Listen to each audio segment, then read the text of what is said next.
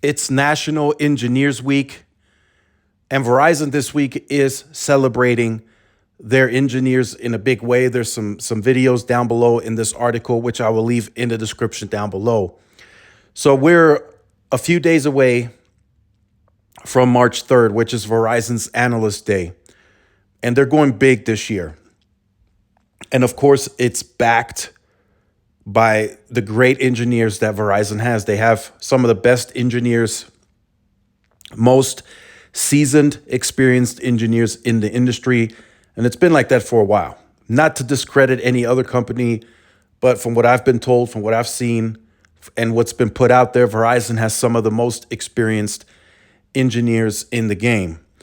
And it's backed by that great team and then moving throughout this year at a very rapid pace on multiple deployments. It's not just the C-band that's going in the ground for Verizon this year. Of course, they'll have to scale that.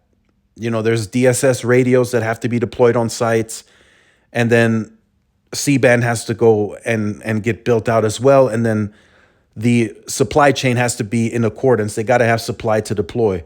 And I know that's been an issue, but I'm being told that's starting to be less of an issue. And as we go through Q1 and going into Q2, that should be even less of an issue moving forward.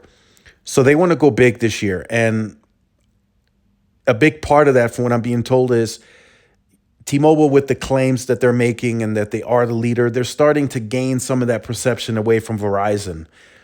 And Verizon does not want that to happen. So Verizon is willing to spend every capital dollar necessary to catch up and surpass T-Mobile in the 5G arena. Now that could be done in multiple ways. It doesn't just have to be the spectrum at scale. Verizon is laying a large amount of dark fiber at the urban core.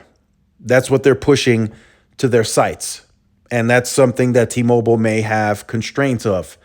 There may be some third parties that can't provide 40 gigs of backhaul to the hub for front haul towards the small cells. That's something that T-Mobile may be where they run into red tape, because now they have to wait for that third party to upgrade their back end to be able to provide that. Verizon is, much further and many steps ahead on that.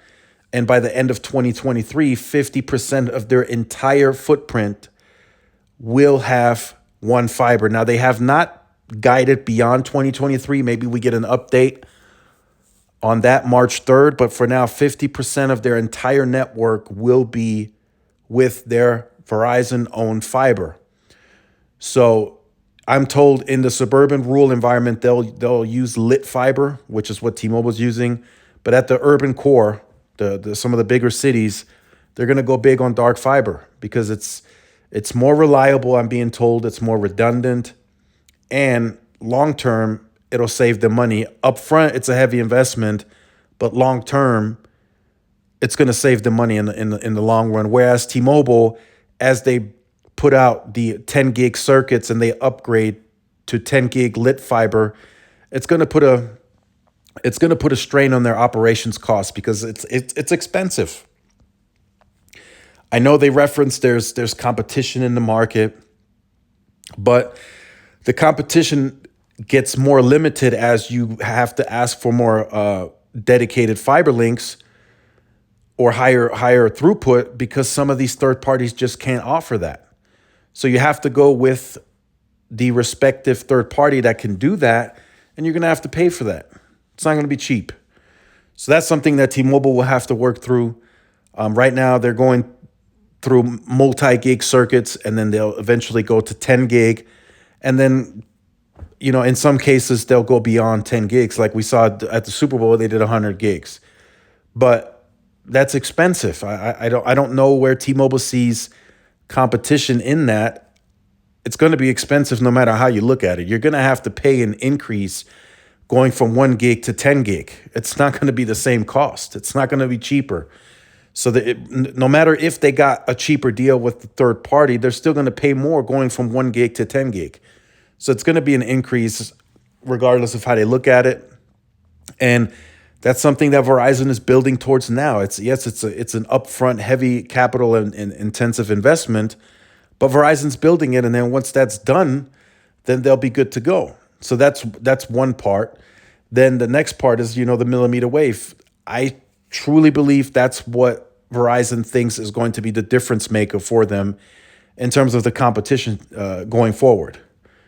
All the third-party testing firms eventually are going to be like, well, Verizon is faster because the millimeter wave is more built out. And they've been building that since 2017.